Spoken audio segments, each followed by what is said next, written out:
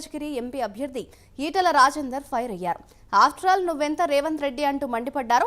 ప్రజలు ఆశీర్వదించి ఒక అవకాశం ఇస్తే నీకు ఆ పదవి వచ్చిందని ధ్వజమెత్తారు. పదవి నీ సొంతం కాదు, నీ జాగిరి కాదు, అది ప్రజల హక్కు అని విమర్శించారు. ప్రజలు దెబ్బ కొడితే మళ్లీ లేవలేరని, అంతా కాలగర్భంలో కలిసిపోతారని అన్నారు. కాంగ్రెస్ పార్టీ ఎన్ని రోజులు ఉంటుందో ఆ పార్టీ నేతలకే తెలియదని, అందుకే అందిన కాడికి దోచుకొని దాచుకుంటున్నారని విమర్శించారు. హైదరాబాద్లో ఫీజు కట్టకపోతే బిల్డింగ్ పర్మిషన్ రావడం లేదని మండిపడ్డారు. అతి తక్కువ టైంలో అతి ఎక్కువ ఇల్లీగల్ డబ్బులు వసూలు చేసిన వ్యక్తిగా రేవంత్ నిలిచిపోయారని ధ్వజమెత్తారు. మోడీ గారే స్వయంగా, అమిత్ షా గారే స్వయంగా ఈ రాష్ట్రానికి వచ్చి డబుల్ ఆర్ ఏదో ట్యాక్స్, డబుల్ ఆర్ ట్యాక్స్ గురించి చెప్పండి. ఏం జరుగుతుందో మీకు అర్థం కావాలి. ఎంత వాళ్ళు ఆరు అన్నట్టున్నది. ఇక దొరకదో ఎప్పటి వరకు ఉంటామో తెలియదు, అంతా చదువుకుంటే పెట్టిండ్రు. తప్పు కాదు ఇది. ఇవాళ హైదరాబాద్లో బిల్డింగ్ కన్స్ట్రక్షన్ చేయాలంటే పర్మిషన్ కోసం పోతే ఎస్ఎఫ్టీకి 70,000 రూపాయలు చెప్పండి. ఇవ్వకపోతే ఫీ కట్టకపోతే వాళ్ళ ఫీజు కట్టకపోతే పర్మిషన్ ఇస్తలేదు. అతి తక్కువ కాలంలో అతి ఎక్కువ ఇల్లీగల్ డబ్బులు వసూలు చేసినటువంటి ప్రభుత్వంగా రేవంత్ రెడ్డి ప్రభుత్వం నిలిచింది. అతి తక్కువ కాలంలో ఇవాళ ప్రజల చేత చీకొట్టించుకునేటువంటి ముఖ్యమంత్రి ఎవరంటే వాళ్ళు రేవంత్ రెడ్డిగా నిలిచిపోయింది కదా. మళ్ళీ పంటలు ఎండిపోయినాయి, మళ్ళీ మూటలు కాలిపోయినాయి, మళ్ళీ ఇవాళ మామూలు వ్యవస్థలు వచ్చినాయి. కాబట్టి మనిషి స్వేచ్ఛ ఉండే స్కూల్ ఉండేది కానీ ఏం చేస్తావా నువ్వు? నాకు అర్థం కాదు. మూసేస్తావా నువ్వు? ఉరిదిస్తావా నువ్వు మమ్మల్ని? ఎంత నీ బతికెంత? ప్రజలు భిక్ష పెడితే, ప్రజలు ఆశ్రయించి భిక్ష పెడితే నీకు పదవి వచ్చింది. నీది అదేమన్నా?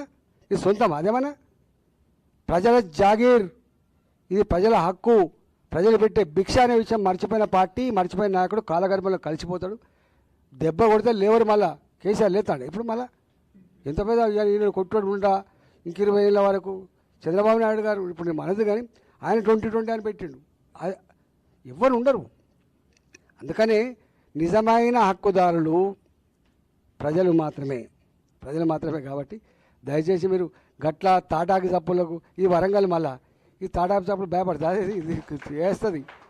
కాబట్టి ఇవాళ మోడీ గారు ఏం మాట్లాడతాడు? ఆయన ముఖ్యమంత్రి హోదాలో ఉండి ఒకనాడో పెద్దన్న అంటాడు, 3 రోజులకే మాట మార్చి హంతకుడు అంటాడు. మనిషి మరి నాలుగన తాటి మట్టన. మోడీ గారే స్వయంగా, అమిత్ షా గారే స్వయంగా ఈ రాష్ట్రానికి వచ్చి డబుల్ ఆర్ ఏదో ట్యాక్స్, డబుల్ ఆర్ ట్యాక్స్ గురించి చెప్పండి. ఏం జరుగుతుందో మీకు అర్థం కావాలి. ఎంత వాళ్ళు ఆరు అన్నట్టున్నది. ఇక దొరకదో ఎప్పటి వరకు ఉంటామో తెలియదు, అంతా చదువుకుంటే పెట్టిండ్రు. తప్పు కాదు ఇది. ఇవాళ హైదరాబాద్లో బిల్డింగ్ కన్స్ట్రక్షన్ చేయాలంటే పర్మిషన్ కోసం పోతే ఎస్ఎఫ్టీకి 70,000 రూపాయలు చెప్పండి. ఇవ్వకపోతే ఫీ కట్టకపోతే వాళ్ళ ఫీజు కట్టకపోతే పర్మిషన్ ఇస్తలేదు. అతి తక్కువ కాలంలో అతి ఎక్కువ ఇల్లీగల్ డబ్బులు వసూలు చేసినటువంటి ప్రభుత్వంగా రేవంత్ రెడ్డి ప్రభుత్వం నిలిచింది. అతి తక్కువ కాలంలో ఇవాళ ప్రజల చేత చీకొట్టించుకునేటువంటి ముఖ్యమంత్రి ఎవరంటే వాళ్ళు రేవంత్ రెడ్డిగా నిలిచిపోయింది కదా. మళ్ళీ పంటలు ఎండిపోయినాయి, మళ్ళీ మూటలు కాలిపోయినాయి, మళ్ళీ ఇవాళ మామూలు వ్యవస్థలు వచ్చినాయి.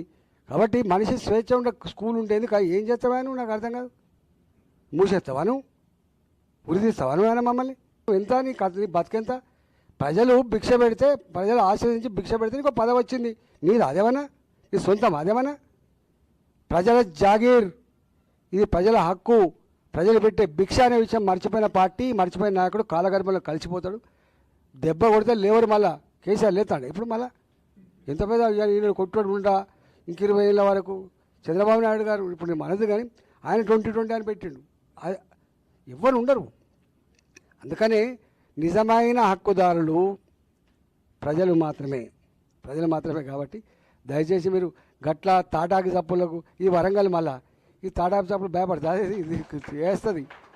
కాబట్టి ఇవాళ మోడీ గారు ఏం మాట్లాడతాడు? ఆయన ముఖ్యమంత్రి హోదాలో ఉండి ఒకనాడో పెద్దన్న అంటాడు, 3 రోజులకే మాట మార్చి హంతకుడు అంటాడు. మనిషి మరి నాలుగన తాటి